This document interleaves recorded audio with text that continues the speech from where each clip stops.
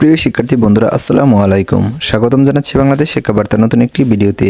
2025 সালে তোমরা যারা জাতীয় বিশ্ববিদ্যালয়ে ভর্তি পরীক্ষায় অংশগ্রহণ করবা, তোমাদের জন্য আজকে একটি গুরুত্বপূর্ণ আপডেট রয়েছে। তো সম্প্রতি তোমাদের একটি নতুন নোটিশ প্রকাশ করা হয়েছে। তো নোটিশটিতে তোমাদের জানিয়ে দেওয়া হয়েছে যে তোমাদের ভর্তি পরীক্ষার যে মানববন্টনটা ছিল, সেই ভর্তি পরীক্ষার মানববন্টনটা কিন্তু পরিবর্তন করা হয়েছে। তো আজকের এই ভিডিওতে তোমাদের দেখিয়ে দেবো যে তোমাদের ভর্তি পরীক্ষার মানববন্টন কী পরিবর্তন করা হয়েছে এবং মানববন্টন কীভাবে করা হয়েছে। তো তোমরা যারা ভিডিওটি দেখতেছো প্রথম থেকে শেষ পর্যন্ত দেখতে থাকো এবং আমাদের চ্যানেলটি যারা এখনও সাবস্ক্রাইব করো নাই, আমাদের চ্যানেলটি সাবস্ক্রাইব করে রাখো এবং পাশে থাকা বেল আইকনটি বাজিয়ে দাও। কারণ তোমাদের যে তোমাদের জাতীয় বিশ্ববিদ্যালয়ের ভর্তি পরীক্ষার যে সকল তথ্যগুলা, সকল বিষয়গুলো কিন্তু আমাদের চ্যানেল থেকে তোমরা পেয়ে যাবা। কাজেই আমাদের চ্যানেলটি সাবস্ক্রাইব করে রাখো এবং পাশে থাকা বেল আইকনটি বাজিয়ে দাও। সো আসো আমরা মূল বিষয়ে চলে আসি। তো দেখো তোমাদের স্ক্রিনে তোমরা দেখতে পাচ্ছ এখানে কিন্তু তোমাদের নম্বরের কিন্তু একটা মানববন্টন দেওয়া হয়েছে যে তোমরা আসলে ভর্তি পরীক্ষায় তোমাদের কিভাবে মানববন্টনটা দেওয়া হবে।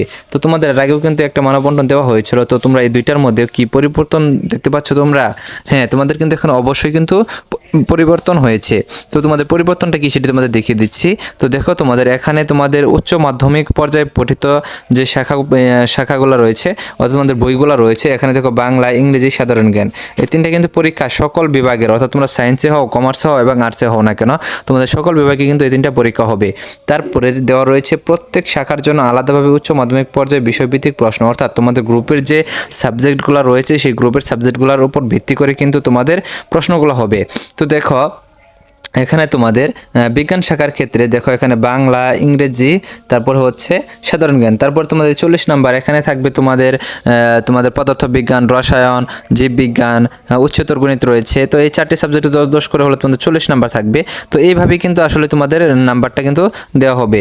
তো দেখো এখানে তোমাদের সাধারণ জ্ঞান, এখানে কিন্তু তোমাদের 20 নাম্বার রয়েছে।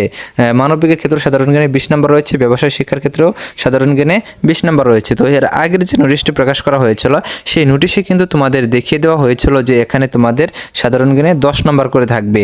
তো এখন এই সাধারণ জ্ঞানে 10 নাম্বার এবং বাংলা, ইংরেজি এই দুইটাতে কিন্তু 20 নাম্বার করেছিল।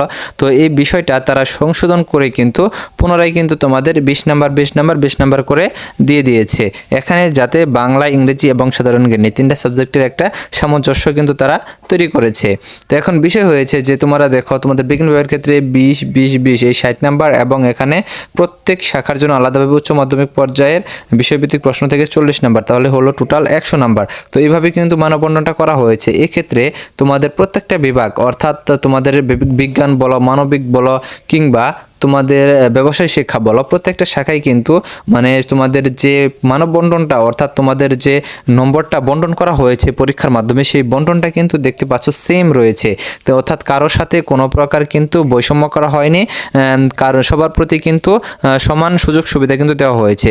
তো তোমাদের ভর্তি পরীক্ষাটা এইভাবেই কিন্তু অনুষ্ঠিত হবে। তো তোমরা উপরে দেখতে পাচ্ছ যে 2024-25 শিক্ষাবর্ষে প্রথম বর্ষের স্নাতক সম্মান শ্রেণীর ভর্তি পরীক্ষার সংশোধিত নম্বর বন্টন পদ্ধতি।